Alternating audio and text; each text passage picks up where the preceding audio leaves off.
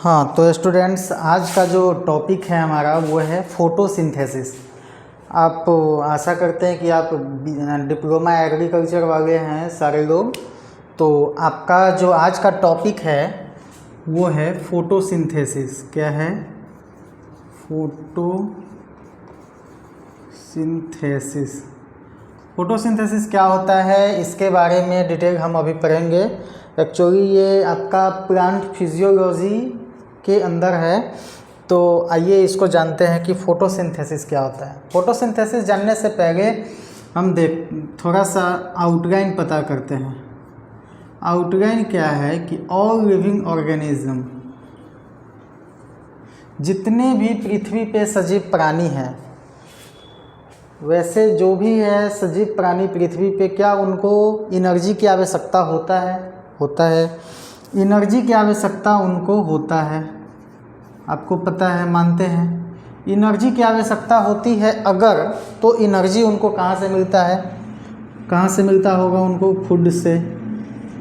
उनको अगर एनर्जी चाहिए, कोई भी लिविंग ऑर्गेनिज्म हो, ह्यूमन हो, एनिमल हो, प्लांट्स हो, अगर उनको एनर्जी चाहिए तो क्या करना होगा? भोजन उनको करना ही पड़ेगा, है ना। तो उनको भोजन करना पड़ेगा, तो भोजन से उनको एनर्जी मिलेगा लिविंग ऑर्गेनिज्म को। हम अभी एक एग्जांपल ले लेते हैं प्लांट का, क्योंकि हमें पढ़ना है प्लांट फिजियोलॉजी। डिप्लोमा एग्रीकल्चर का क्लास है। डिप्लोमा एग्रीकल्चर के अंदर आपका ये टॉपिक हम अभी कवर कर रहे हैं। तो प्लांट की बात करें तो प्लांट क्या करेगा? खाना खाएगा। प्लांट को भी खाना चाहिए, खाना खाएगा तभी तो इनका एनर्जी बनेगा। क्या बनेगा? एनर्जी बनेगा, होगा ना। तो यहाँ पे पढ़ना हमें को यही है फोटोसिंथेसिस के अंदर कि पौधा अपना भोजन का प्रक्रिया कैसे कंप्लीट करता है, उसी चीज़ को हम इन फोटोसिंथेसिस के अंदर पढ़ने वाले हैं। तो ये पौधा जो भोजन बनाया या भोजन खाया, वो किस फॉर्म में है? ग्लूकोज के फॉर्म में। किस फॉर्म में है? ग्लूकोज के फॉर्म में। आप अगर बचपन में पढ़े हैं, फिजिक्स के अंदर एक चैप्टर है थर्मोडायनेमिक्स, ठीक है ना। थर्मोडायनेमिक्स का कुछ लॉ हुआ करता था, उसमें जो पहला लॉ है उनका, अगर उसको आप याद करेंगे तो वो है कि एनर्जी इज नेवर क्रिएटेड और नाइदर लॉस या डिस्ट्रॉयड। तो क्या होता है कि कोई भी एनर्जी है तो वो एनर्जी कभी लॉस नहीं होता या एनर्जी जनरेट नहीं होता। एक एनर्जी के फॉर्म को चेंज किया जाता है दूसरे एनर्जी के फॉर्म में, ठीक ना। एनर्जी बस अपना फॉर्म चेंज करता है। आपको याद होगा थर्मोडायनेमिक्स, आपको पढ़ा होगा, तो उसमें आपको ये चीज़ मिला होगा थर्मोडायनेमिक्स के अंदर। तो क्या हुआ? एनर्जी अपना फॉर्म चेंज करता है। तो यहाँ पे हमने देखा कि पौधा भोजन खाया, भोजन लिया, तो उनको क्या हुआ? उनके अंदर एनर्जी आया। तो एनर्जी आया तो ये भी एनर्जी तो किसी न किसी एनर्जी का फॉर्म होगा, क्योंकि हमने जो थर्मोडायनेमिक्स का लॉ है उसमें हमें पता है कि एनर्जी केवल ट्रांसफ़र होता है, एक फॉर्म से दूसरे फॉर्म में जाता है। तो ये किसका फॉर्म हो सकता है? ये एनर्जी दोस्तों फॉर्म किसका होगा? सनलाइट का। किसका फॉर्म होगा? सनलाइट से। ये सनलाइट से ये एनर्जी आया है। अब है कि सनलाइट के थ्रू इनको, पौधा को एनर्जी आ गया, उनका भोजन मिल गया। तो क्या हमको भी सनलाइट में अगर हम इंसान चले जाएं तो हमें भी एनर्जी आ जाएगा, हमारा भी भोजन पूरा हो जाएगा? क्या हो जाएगा? नहीं होगा। तो ऐसा क्या हमारे और पौधा के बीच डिफरेंस है उनका, जो कि वो सनलाइट के एब्सेंस में, सनलाइट के प्रेजेंस में उनका भोजन कंप्लीट हो जा रहा है, बट हम लोग का भोजन कंप्लीट नहीं कर पा रहे हैं। तो इंसान और पौधे के बीच में एक डिफरेंस है, वो है क्लोरोफिल। क्या है दोस्तों? क्लोरोफिल्स का। तो ये जो क्लोरोफिल है, क्या होता है? क्लोरोफिल ग्रीन पिगमेंट होता है ना। पौधा इसी वजह से हरा होता है, उनका तना पत्ता जो भी है। तो क्या है? क्लोरोफिल एक ग्रीन पिगमेंट है, और इन्हीं क्लोरोफिल के वजह से बोले तो क्या होता है? पौधा सनलाइट के प्रेजेंस में अपना एनर्जी को कंप्लीट कर पाता है, अपना भोजन को बना पाता है। तो ये है इंट्रोडक्शन फोटोसिंथेसिस का। फोटोसिंथेसिस क्या था, अब इसके ऊपर आते हैं, इनका केमिकल फार्मूला के साथ आपको बताते हैं कि फोटोसिंथेसिस एक्चुअली होता क्या है या है क्या। एक मिनट,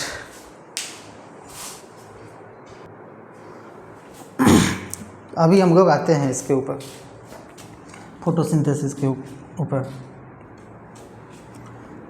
हमको बनाना क्या है, बनाना क्या है, पौधा भोजन किस फॉर्म में बनाता है, इनका भोजन ही बनाना है ना पौधा का। तो पौधा भोजन किस फॉर्म में बनाता है, ग्लूकोज के फॉर्म में। तो हमने लिखना है ग्लूकोज C6H12O6, ये क्या हो गया, ग्लूकोज। अब ग्लूकोज तो बन गया, किसके प्रेजेंस में बना, किसके प्रेजेंस में बना, सनलाइट के और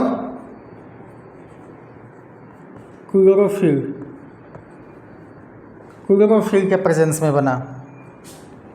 तो कैसे बना, पानी के साथ, कितना पानी, 12 पानी H2O और कार्बन डाइऑक्साइड।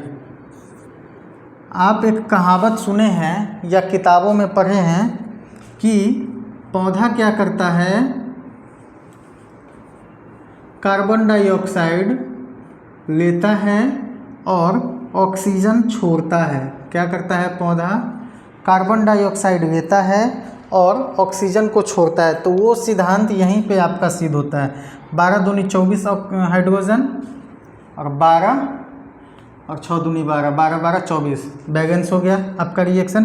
तो ये जो है ये रिएक्शन है एक्चुअली फोटोसिंथेसिस का, ये इसको बोलते हैं फोटोसिंथेसिस। ये रिएक्शन आपको रटा हुआ होना चाहिए, आपके माइंड पे ये हिट करना चाहिए फोटोसिंथेसिस। आप देखो कि कार्बन डाइऑक्साइड है CO2, कार्बन डाइऑक्साइड को पौधा एब्जॉर्ब कर रहा है, उसको पानी के साथ मिला रहा है, सनलाइट और क्लोरोफिल के प्रेजेंस में उनका ग्लूकोज का फॉर्मेशन हो रहा है। देन ऑक्सीजन रिलीज हो रहा है और पानी बाहर निकल रहा है, ऑक्सीजन है। तो वही है कि पौधा कार्बन डाइऑक्साइड को एब्जॉर्ब कर रही है और ऑक्सीजन को रिलीज कर रहा है, ठीक है। तो ये जो पानी है, ये पानी कहाँ से आया, ये पानी कहाँ से आया, रूट से, रूट में कहाँ से आया, सॉइल से। कार्बन डाइऑक्साइड कहाँ से आया, आप कहेंगे कि भाई पौधा कार्बन डाइऑक्साइड कहाँ से लिया, कह सकते हैं आप, तो कुछ भी कह सकते हैं। तो एटमॉस्फेयर से, एटमॉस्फेयर में कितना कार्बन डाइऑक्साइड है हमारा, अप्रॉक्स 0.03%, ठीक है। कार्बन डाइऑक्साइड एटमॉस्फेयर से आया, पानी मिट्टी से आया, मिट्टी में जड़ की सहायता से लिया पौधा, और सनलाइट तो सनलाइट है, नेचुरल है, वो उनको मिला। उनके अंदर एक खास बात है कि क्लोरोफिल होता है। देन वो अपना भोजन बनाए, भोजन बना के ग्लूकोज का एनर्जी मिला उनको, एनर्जी से अपना फिर ऑक्सीजन का रिलीजेशन हुआ, ऑक्सीजन हम इंसान को मिला। तो ये है फोटोसिंथेसिस का पूरा प्रोसेस। इनको हम बोलते हैं मेन प्रोडक्ट, क्या बोलते हैं, मेन प्रोडक्ट, और इनको हम बोलते हैं बाई प्रोडक्ट। आपसे कोई पूछे कि फोटोसिंथेसिस के दौरान मेन प्रोडक्ट क्या बनता है, तो आपको सीधा कहना है सर फोटोसिंथेसिस के दौरान मेन प्रोडक्ट ग्लूकोज बनता है और बाई प्रोडक्ट में ऑक्सीजन बनता है, ठीक है। अब आते हैं कि फोटोसिंथेसिस में क्या होता है, एनाबोरिक एनाबोरिक का नाम सुने हैं, और इंडोथर्मिक रिएक्शन होता है। क्या होता है, एनाबोरिक इंडोथर्मिक रिएक्शन होता है। अब कहेंगे कि एनाबोरिक क्या होता है, तो समझ लीजिए दो तरह का होता है, एक होता है एनाबोरिक और दूसरा होता है कैटाबोरिक। एक होता है एनाबोरिक और दूसरा होता है कैटाबोरिक रिएक्शंस। इन दोनों के अंदर थोड़ा थोड़ा डिफरेंस है। तो वो क्या डिफरेंस है, एनाबोरिक जो है ये क्या करते हैं कि दो सिंपल कंपाउंड को मिलाकर एक कम्प्लेक्स कंपाउंड का फॉर्मेशन होता है, तो ये कहलाता है एनाबॉलिक रिएक्शन। और कैटाबॉलिक क्या होता है कि ये खुद में कॉम्प्लेक्स होते हैं, ठीक ना, ये खुद में कॉम्प्लेक्स होते हैं, तो ये क्या करते हैं, दो सिंपल कंपाउंड के रूप में तोड़ देते हैं, तो इनको हम कहते हैं कैटाबॉलिक। तो वही एक चीज़ है, एनाबॉलिक रिएक्शन से है फोटोसिंथेसिस रिएक्शन। कैसे है, एनाबॉलिक का मतलब दो सिंपल रिएक्शन को जोड़ के कॉम्प्लेक्स बनाना। तो आप समझो, एक सिंपल रिएक्शन कार्बन डाइऑक्साइड, दूसरा सिंपल रिएक्शन है हाइड्रोजन, इन दोनों को मिलाकर के एक कॉम्प्लेक्स रिएक्शन बना, डेट्स इज एनाबॉलिक रिएक्शन। ठीक है, तो ये क्या प्रक्रिया है भाई, एनाबॉलिक प्रक्रिया है। दूसरा हमने लिखा है कि इंडोथर्मिक। इंडोथर्मिक क्या होता है, तो एक होता है इंडो का मतलब अंदर, और एक होता है एक्सो का मतलब बाहर। तो वैसा रिएक्शन जिस रिएक्शन के इंडोथर्मिक और एक्सोथर्मिक, इंडो का मतलब अंदर, जिस रिएक्शन में कुछ आ रहा हो, और ऐसा रिएक्शन जिस रिएक्शन से कुछ बाहर जा रहा हो, तो उनको हम बोलते हैं इंडो और एक्सो। तो आप देखिए सनलाइट आता है, सनलाइट के प्रेजेंस में होता है, डेट से इंडोथर्मिक रिएक्शन, ठीक ना। तो ये इंडोथर्मिक है हमारा।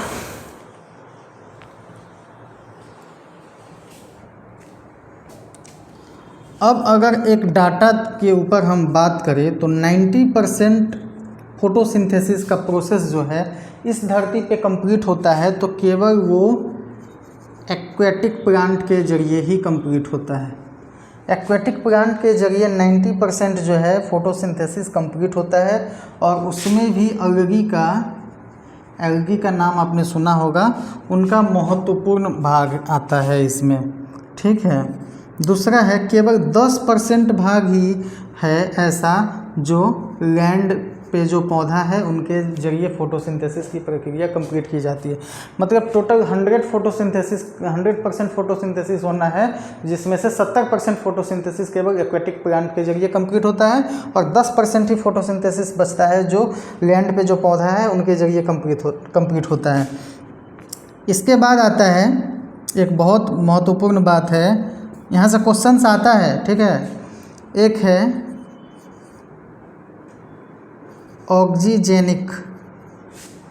Oxygenic photosynthesis.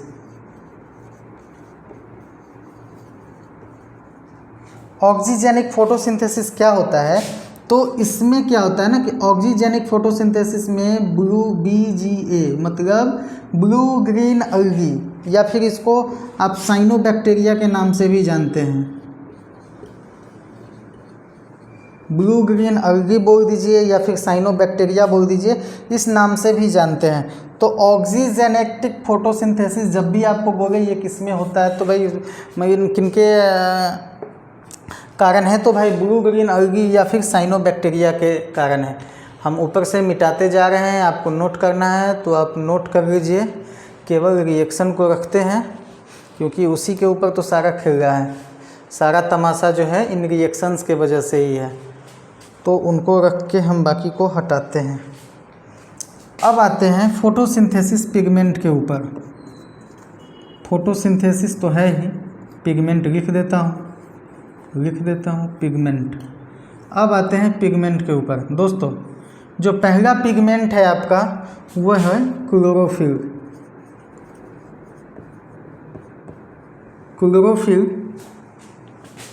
क्लोरोफिल ए पहला पिगमेंट। इन पिगमेंट का रासायनिक सूत्र क्या है, केमिकल फार्मूला क्या है इनका, तो C55H72O5।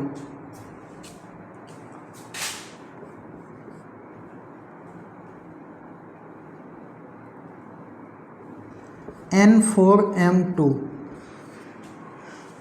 जो दूसरा है क्लोरोफिल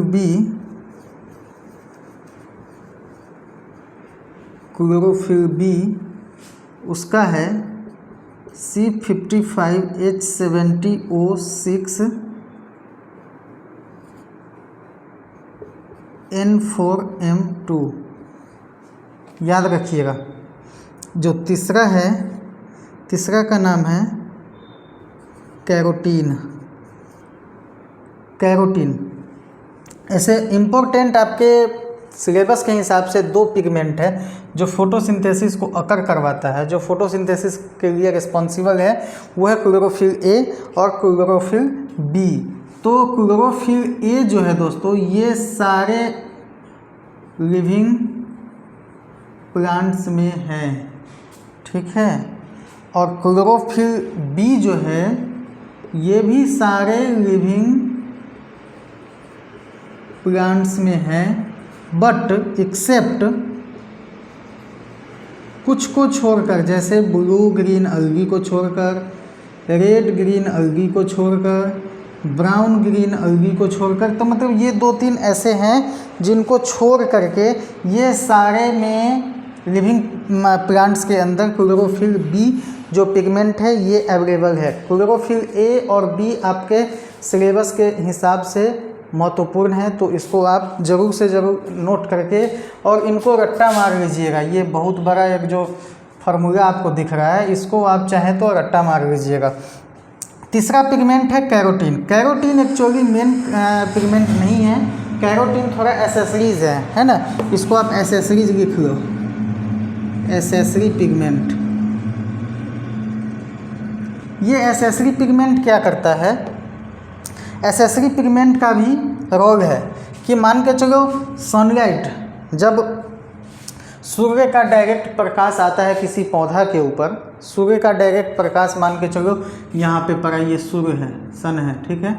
अब इन सन का लाइट डायरेक्ट अगर इसके ऊपर आ रहा है तो ये डायरेक्ट इनका लाइट अगर कोई भी पौधा लेता है तो वो पौधा जल जाएगा, ठीक ना। बहुत सारे रेज होते हैं सन लाइट में, तो उन रेज, उन जो बहुत सारे रे हैं, उन रे में एक रे का नाम होता है विजिबल रेज, है ना। एक रे का नाम है विजिबल रे। इसी रे के वजह से हम लोग देख पाते हैं, है ना। तो इन रे का जो है एक रे है इनके अंदर, वो रे का नाम क्या है? विजिबल रे। विजिबल रे का क्या होता है कि 400 नैनोमीटर से लेकर 700 नैनोमीटर तक इनका जो होता,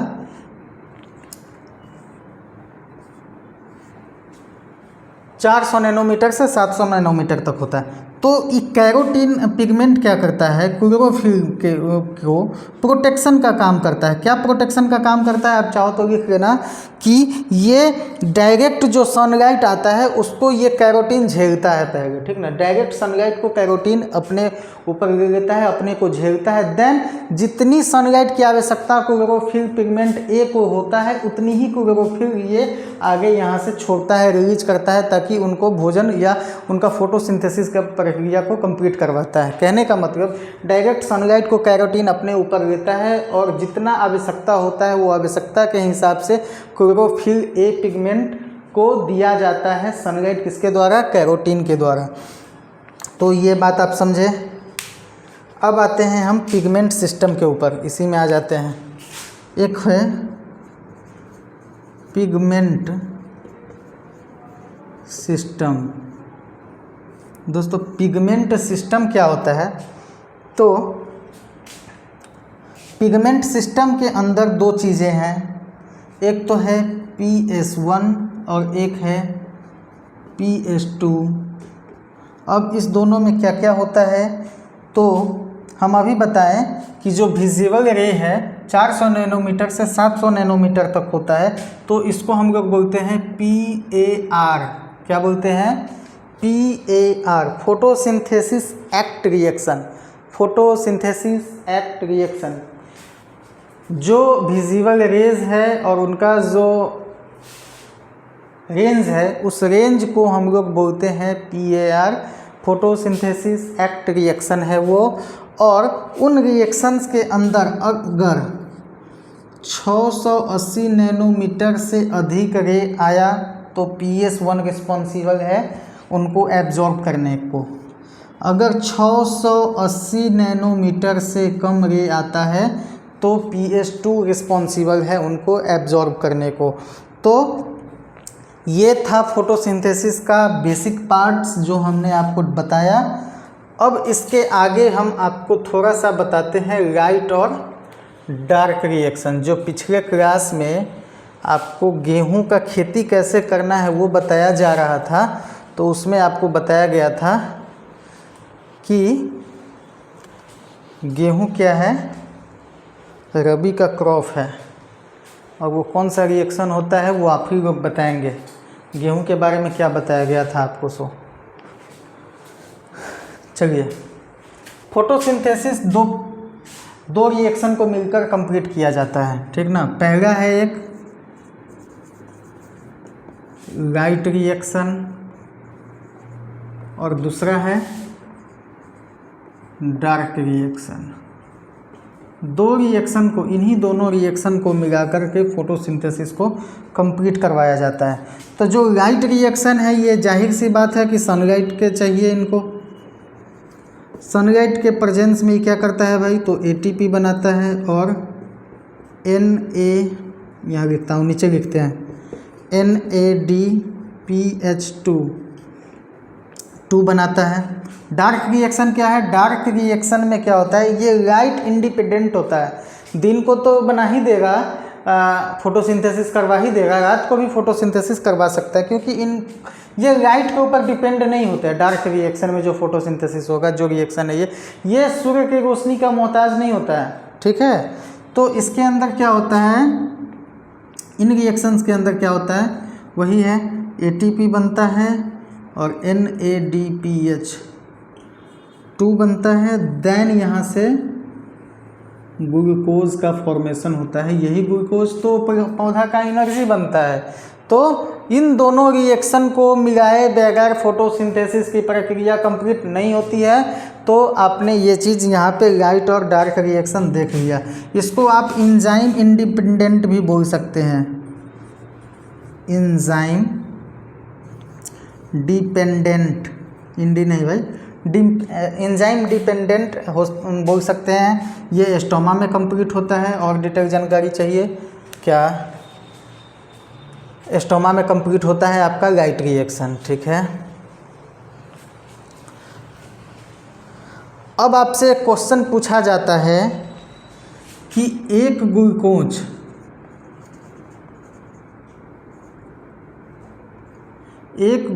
बराबर कितना एटीपी, एक ग्लूकोज बराबर कितना एटीपी। आपसे अगर एक क्वेश्चन पूछा जाए कि एक ग्लूकोज में कितना एटीपी होगा, तो इसका जवाब क्या होगा वो आप देखिए। ये क्वेश्चन है हमारा, यहाँ से इनका हम आंसर बनाते हैं, ठीक है।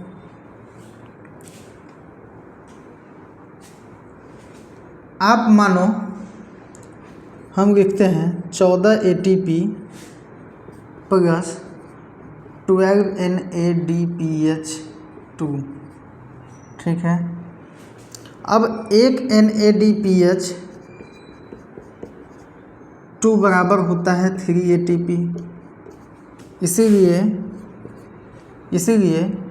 18 का 18 तो लिख देंगे, 18 ATP प्लस 12 गुने 3 ATP,